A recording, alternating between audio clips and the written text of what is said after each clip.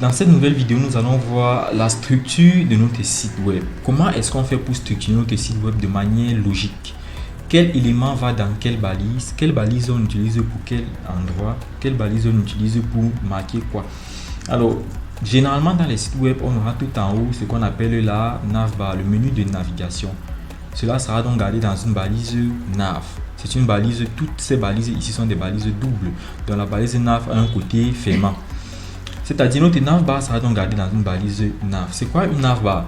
Si l'on prend un exemple avec un site internet comme celui-ci, une navbar c'est cette partie-ci qui contient généralement le logo et les liens de navigation. C'est ça qu'on appelle une navbar. Cette partie-ci sera donc gardée dans une balise nav.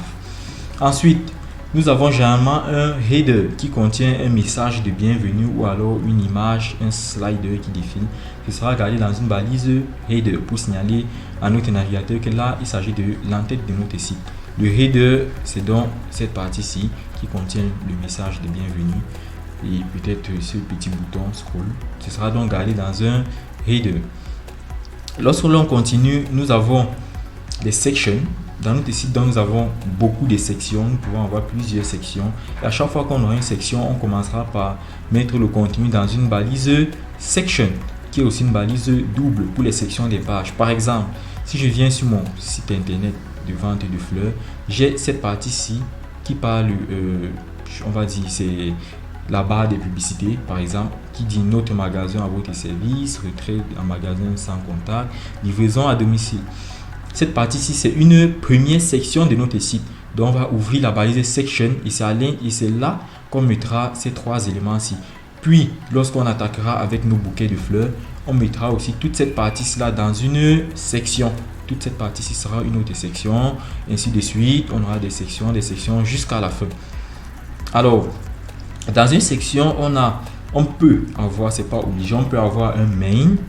On peut avoir une main, c'est juste une structure logique. On peut avoir une main qui représente ici le contenu principal de notre section. Donc, lorsqu'on a un contenu principal dans notre section, on le mettra dans un main. Par exemple, si je reviens sur mon site internet, là, j'ai une section, comme je l'ai dit précédemment. Cette section-là, c'est cette partie blanche-là. À l'intérieur, le contenu, c'est-à-dire ces images suivies de ces textes-ci pourront être gardés dans un main pour dire partie principale.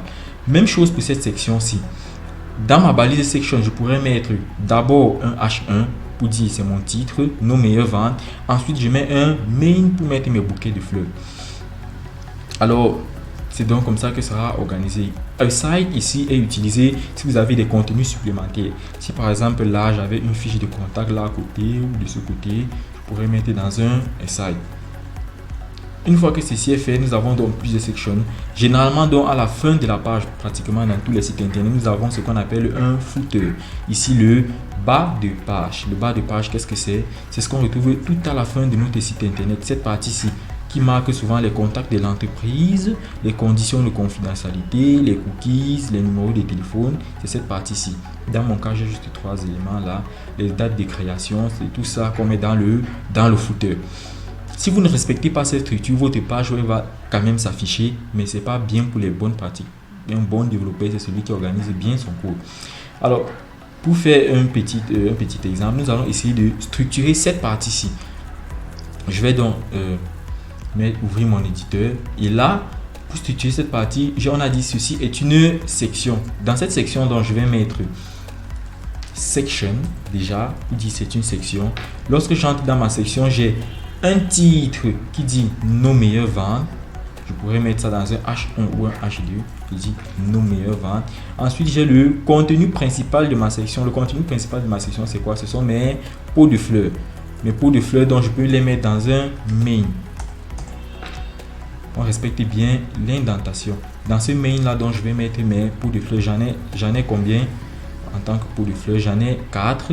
Donc, je pourrais mettre dans une div. On a dit div permet de séparer du contenu.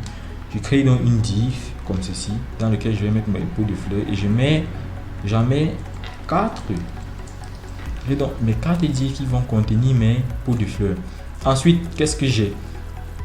Ensuite, j'ai dans mes pots de fleurs, j'ai des images, une image pour le pot de fleurs et du texte. Donc j'ai un bloc qui contient l'image et un bloc qui contient les textes avec les prix et la description.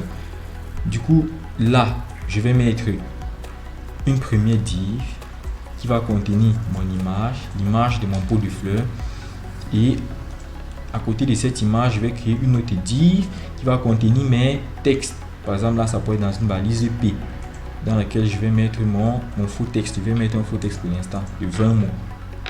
Une fois que j'ai fait cela, je pourrais reproduire cette structure ici là pour tous mes pots de fleurs. Là, je pourrais mettre là, ainsi de suite pour mes 4 pots de fleurs.